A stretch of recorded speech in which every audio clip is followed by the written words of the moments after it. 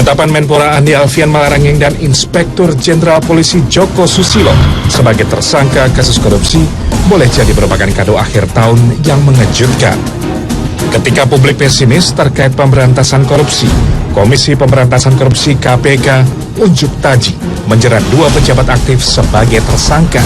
Menpora diduga menerima aliran dana senilai 20 miliar rupiah. Pejabat aktif lainnya Inspektur Jenderal Polisi Joko Susilo, perwira tinggi Polri bintang 2 atas dugaan korupsi pengadaan mesin simulator SIM. Kejutan KPK di akhir tahun ini sekilas memberikan kesan mencengangkan. Namun, jika dilihat dari volume kebocoran anggaran pendapatan belanja negara (APBN) yang ditaksir di atas 30%, pengusutan hambalang dan mesin simulator SIM justru terbilang kecil. Lihatlah kehidupan rakyat miskin ini. Jumlah kaum papa mencapai 30 juta jiwa lebih. Belum puluhan juta lainnya yang menganggur dan membutuhkan lapangan pekerjaan. Ya pemirsa, berdasarkan data dari Komisi Pemberantasan Korupsi atau KPK, jumlah uang negara yang dikorupsi sejak tahun 2004 mencapai 39 triliun lebih. Angka yang sangat besar. Padahal, uang itu bisa digunakan untuk mesejahterakan masyarakat jika tidak digerogoti oleh para tikus-tikus negara. Sebagai salah satu negara terkorup di dunia, perilaku korup pejabat dan politisi sudah sangat-sangat menggurita dan rakus. Ketua Forum Peduli Memerangi Korupsi, Bibit Samatrianto, memastikan sejumlah kasus korupsi yang terungkap merupakan pucuk dari gunung es. Seperti gunung es. Jadi di atas permukaan itu korupsinya, es yang bongkahan es yang kecil.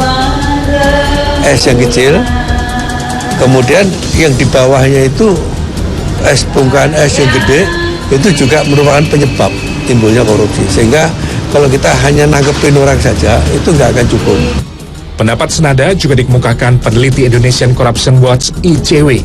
Korupsi terjadi akibat keserakahan individu yang memiliki sifat mental tidak bagus. Detik ini kita sudah pada kesimpulan bahwa korupsi yang sekarang terjadi di Indonesia itu sudah korupsi karena keserakahan.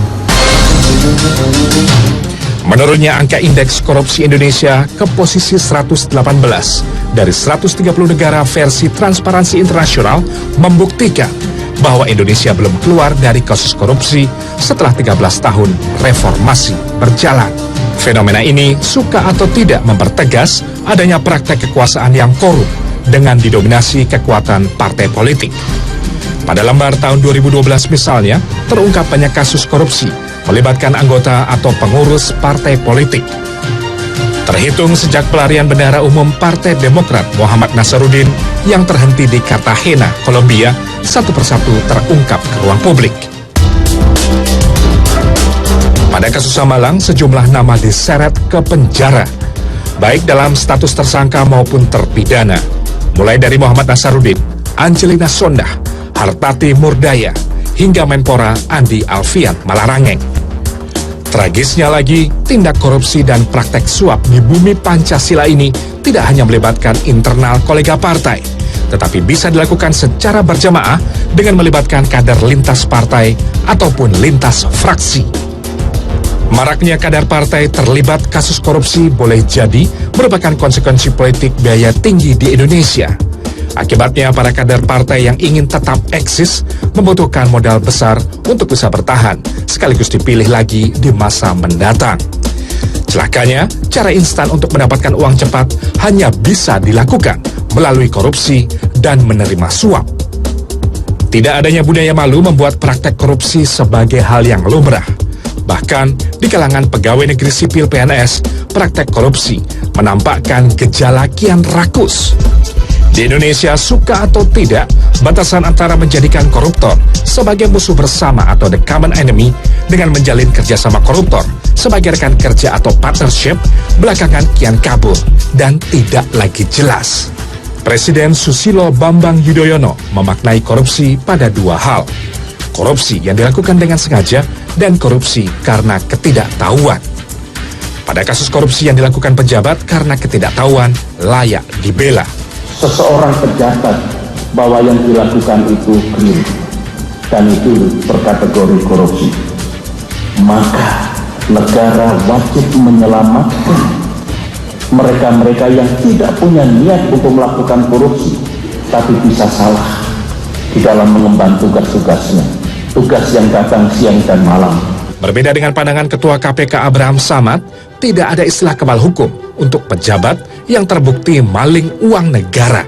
Dan seorang pemimpin seharusnya sudah tahu korupsi melanggar hukum. Saya percaya kita semua telah sepakat bahwa korupsi merupakan kejahatan luar biasa. Dampak dan kerusakan yang ditimbulkan korupsi amat luas dan parah. Jadi, kalau kesungguhan memberantas korupsi tidak dimulai dari pucuk pimpinan tertinggi, maka jangan pernah berharap negeri ini bisa terbebas dari stigma negeri sorga bagi para koruptor. Tim Liputan Trans 7.